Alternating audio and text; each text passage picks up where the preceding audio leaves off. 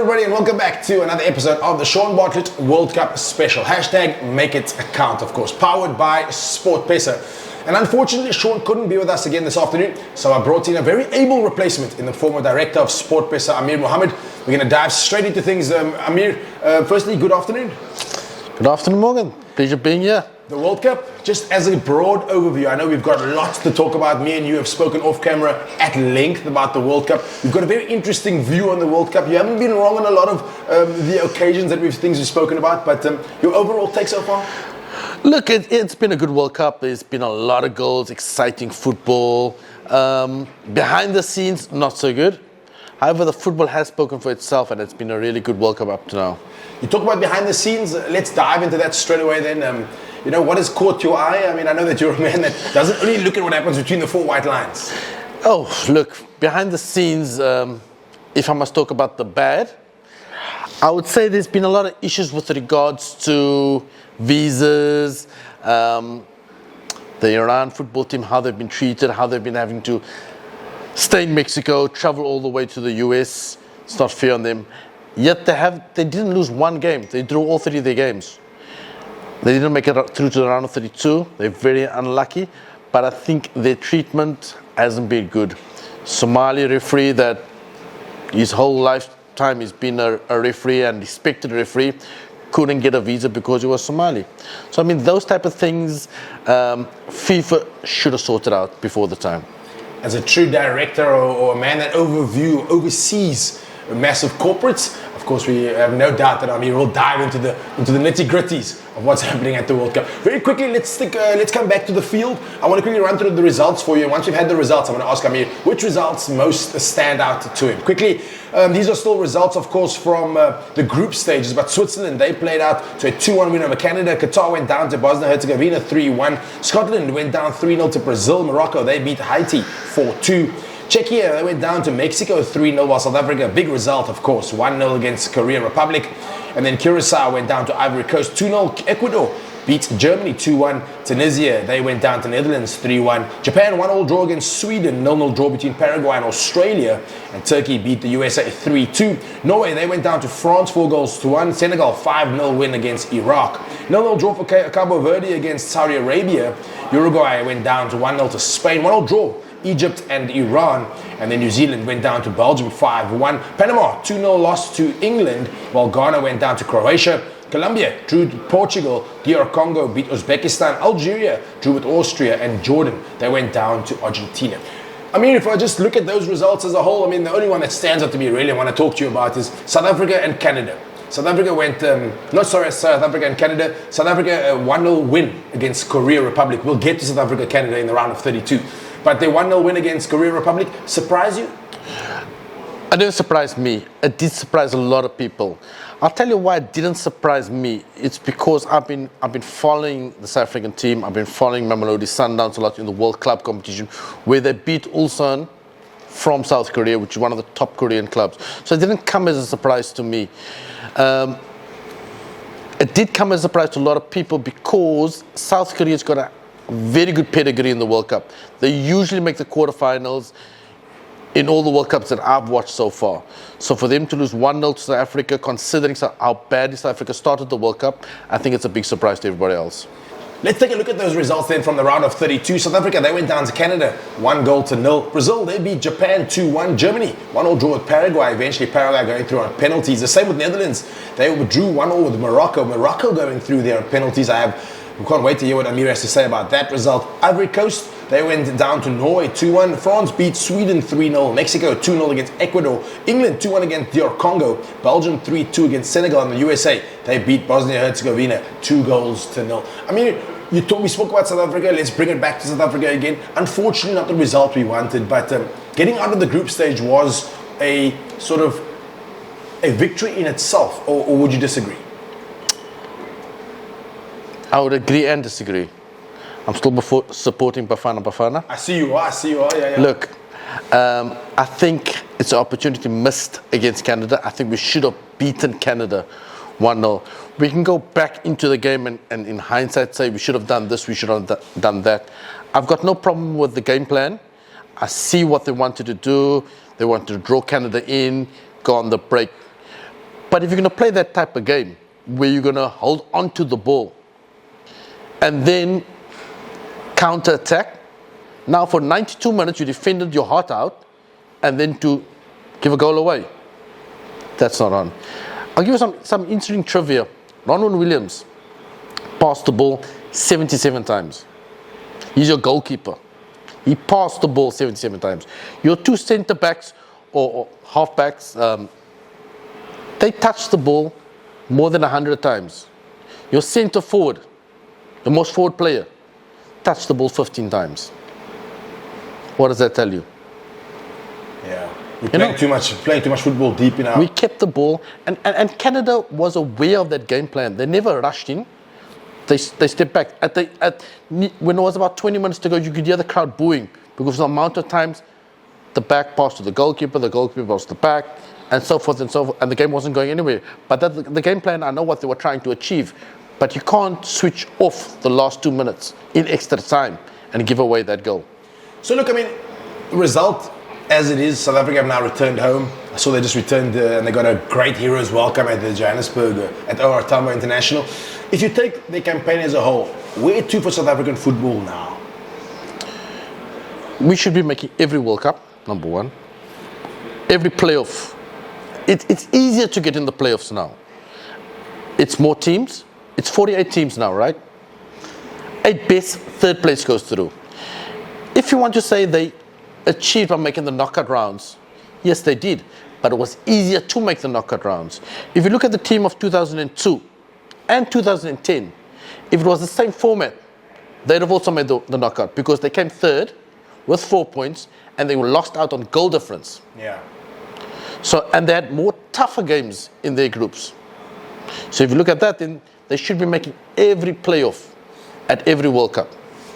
And that should be the standard.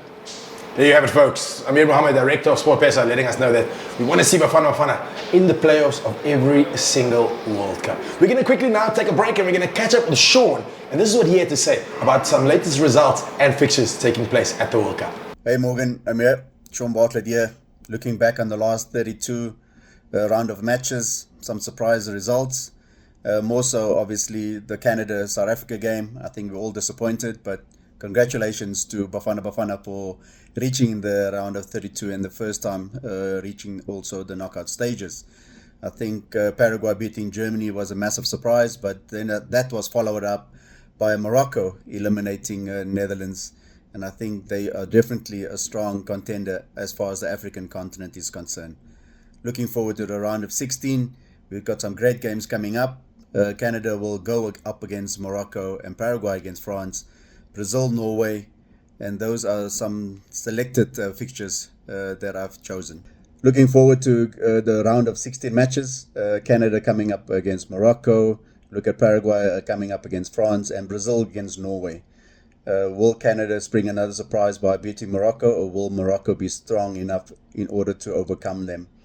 Paraguay also surprised Germany. Can they do it against a very good French team that's showing great quality all over the park? Brazil, Norway got to be one of the top round of 16 matches. Vinny Jr. against Erling Haaland.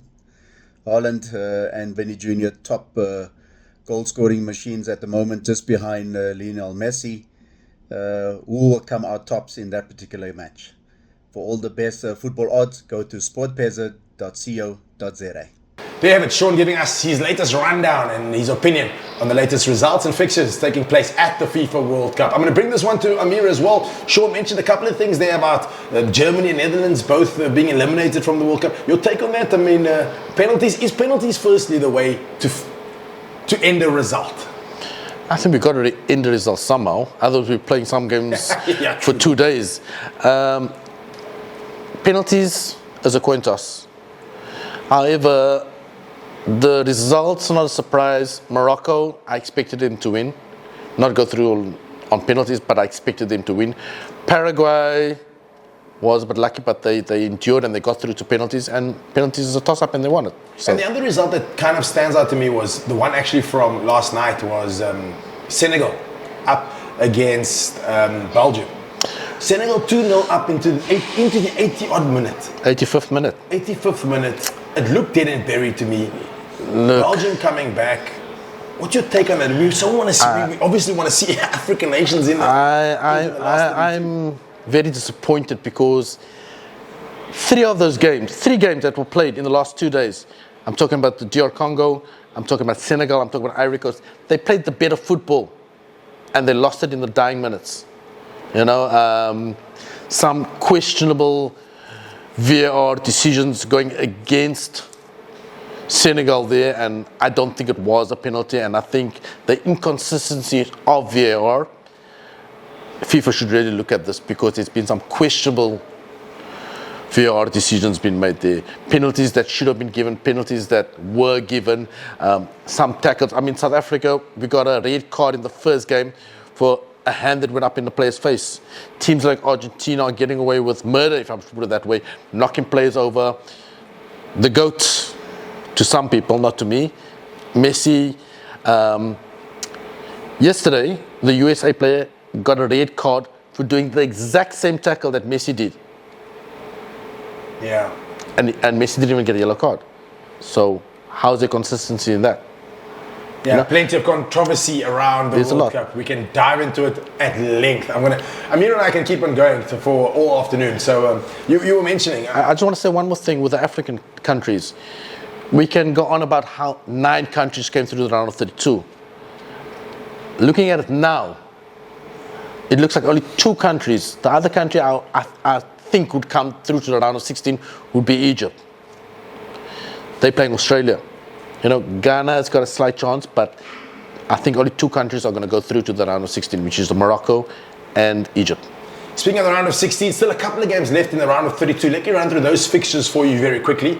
Spain up against Austria. That is, of course, this evening. Portugal, Croatia, Switzerland, Algeria, Australia, Egypt,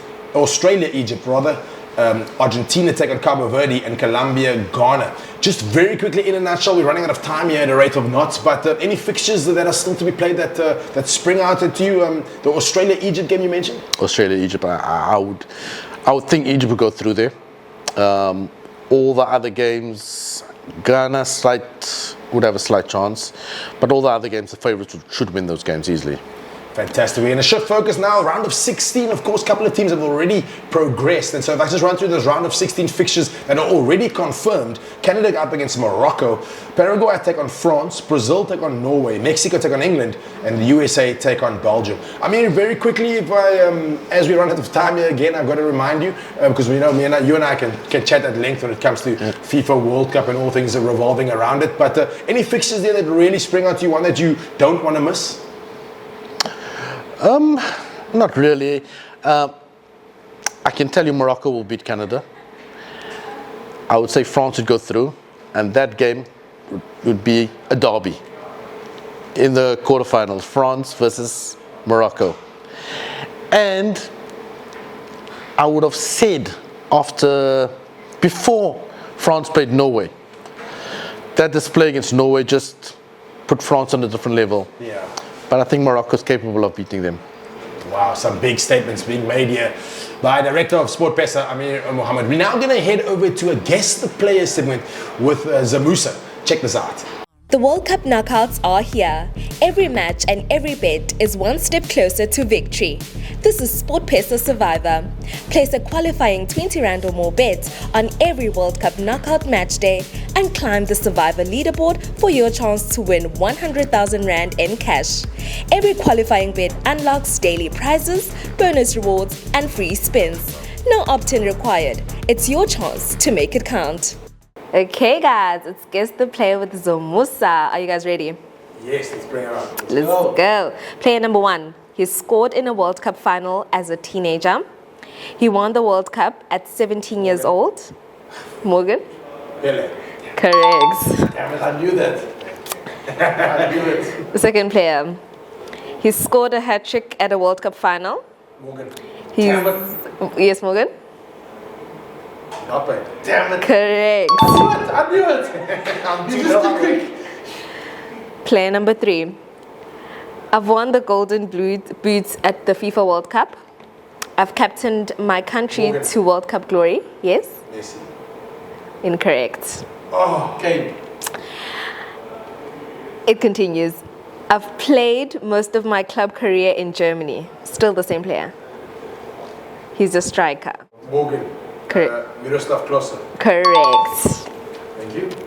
That's 3-0, right? You guys are cheating.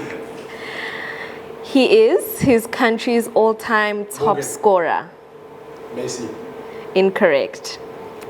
He scored a hat-trick in a World Cup. No. So you got Morgan. Yes. Harry Kane. No. Harry Kane. Incorrect. Let me finish. He's won multiple UEFA Champions League titles. Ronaldo. 3-1, eh? Next player. He's won African Player of the Year multiple times.